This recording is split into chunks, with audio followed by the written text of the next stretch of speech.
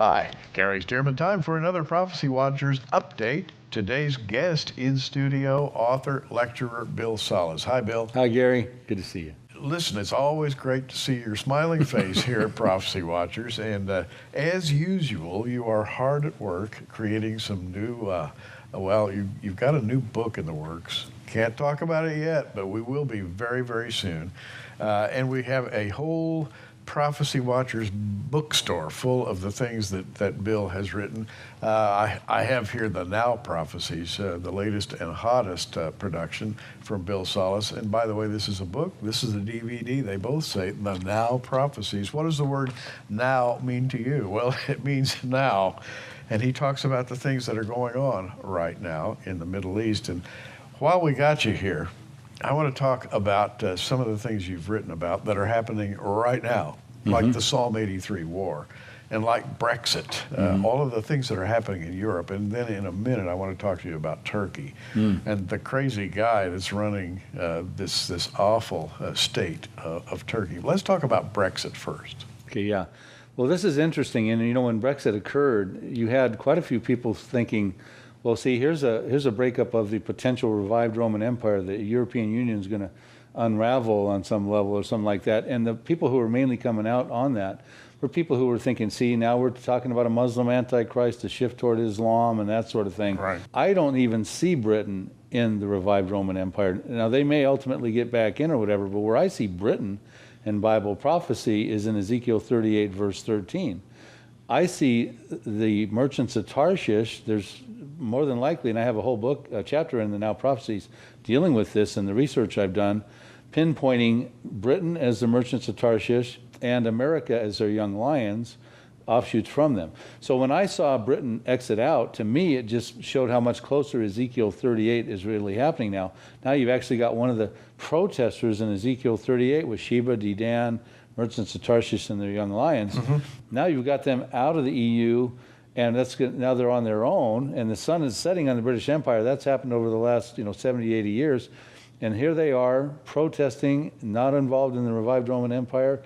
I'm looking at that as that's actually probably a stage setter for Ezekiel 38, if that makes sense. If you turn on any television channel that's talking about the news, what's it talking about? It's talking about the United Arab Emirates. It's talking about oil deals. It's talking about Britain. It's talking about the United States, the economy.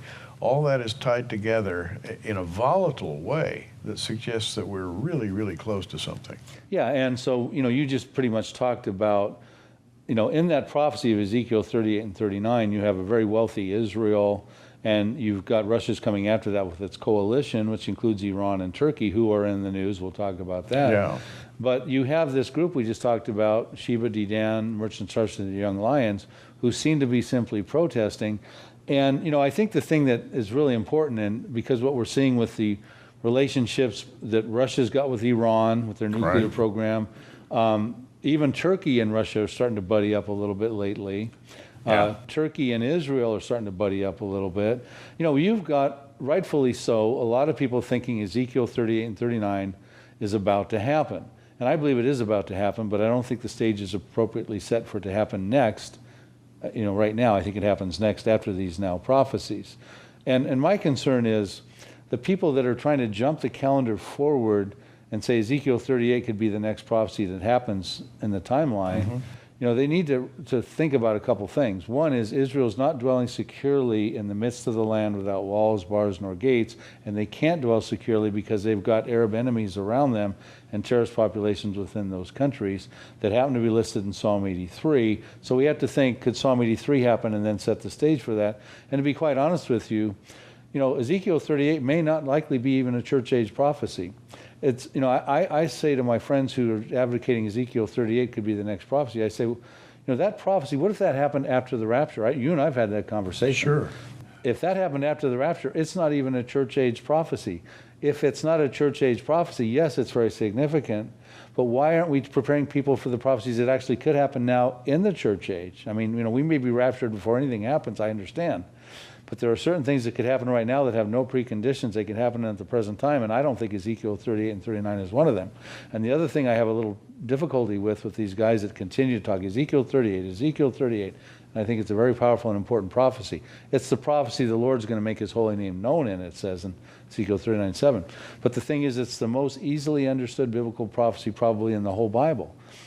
God, I think, purposely made it that way. You don't even have to be a biblical scholar to read it and understand it. So we don't necessarily need to live in Ezekiel 38 and 39, especially if it's not even a church age prophecy. It could happen after the rapture. And I point out various reasons in the Now book why I believe it could happen after the rapture. So I'm sorry I kind of put a hit out on Ezekiel 38 and 39. It's coming, but I think we should be focusing on the things that could happen before it. The Now prophecies, right, as you're calling them. Well, let's talk then about Erdogan of Turkey.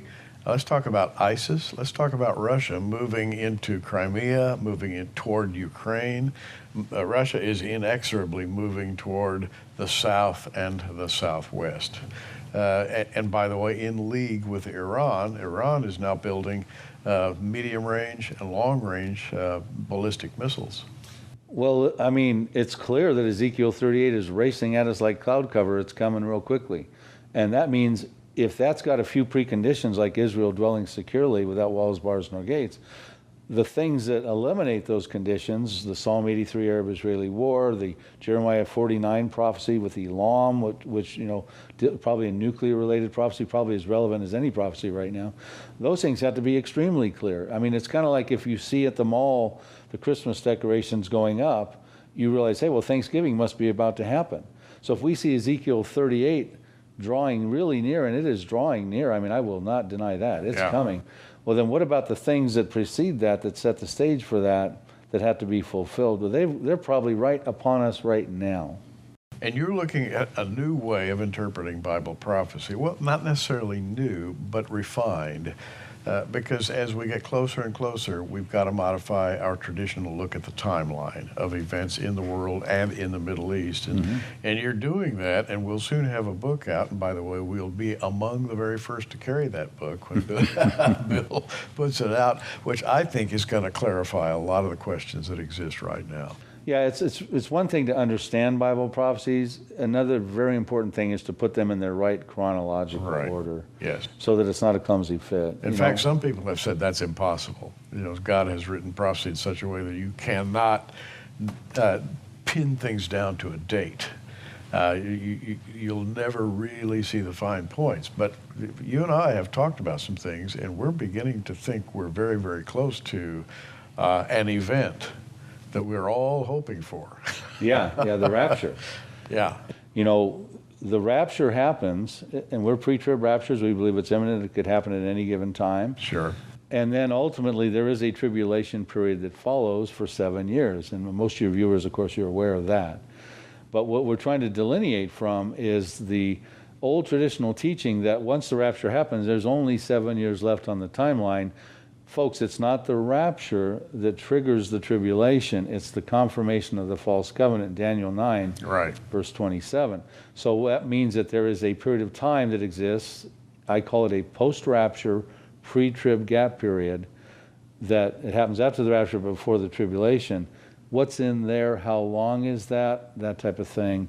And so when you talk about laying out these things chronologically, if we haven't thought about that gap, we're going to get things out of sort if there's anything that's supposed to fit in that gap. And that's the task I've undertaken with the upcoming book. You know, we've got a couple of minutes. Let's talk about Elam.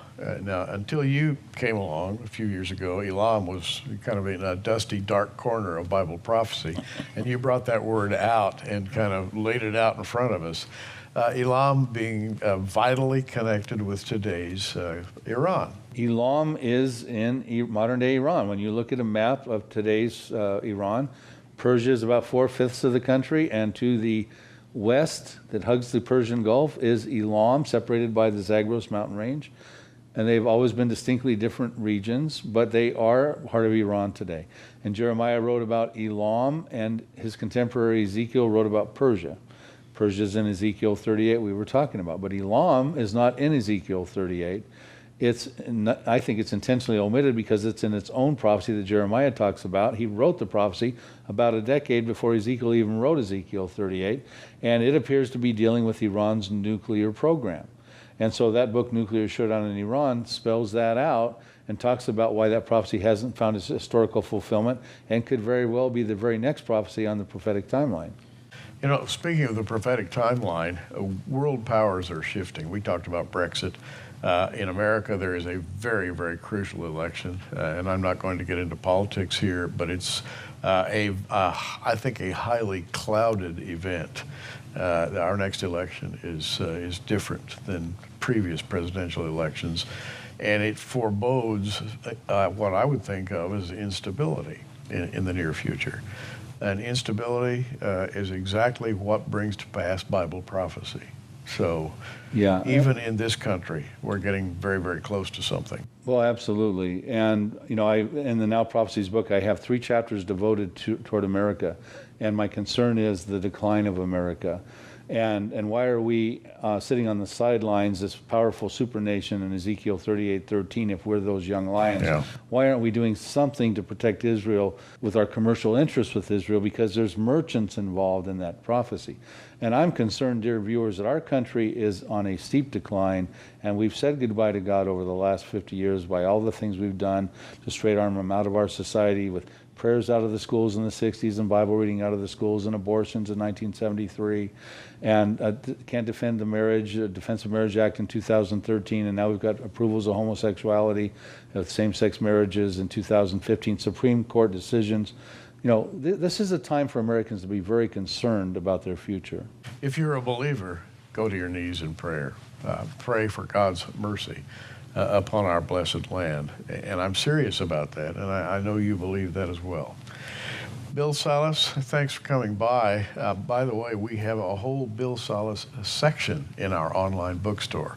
ProphecyWatchers.com. Just click the online bookstore and go down to Bill Salus, and you'll see all of his DVDs and books laid out right in front of you. And they're good reading, informative reading. Bill, come see us again soon. Thanks, Gary. I appreciate the invitation. All right. Always good to have Bill Salus here with us.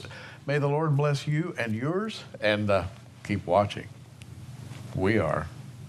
Thanks for joining us on Prophecy Watchers. You can find us on the web at prophecywatchers.com, where you can sign up for our free email newsletter, or follow us at facebook.com/prophecywatchers.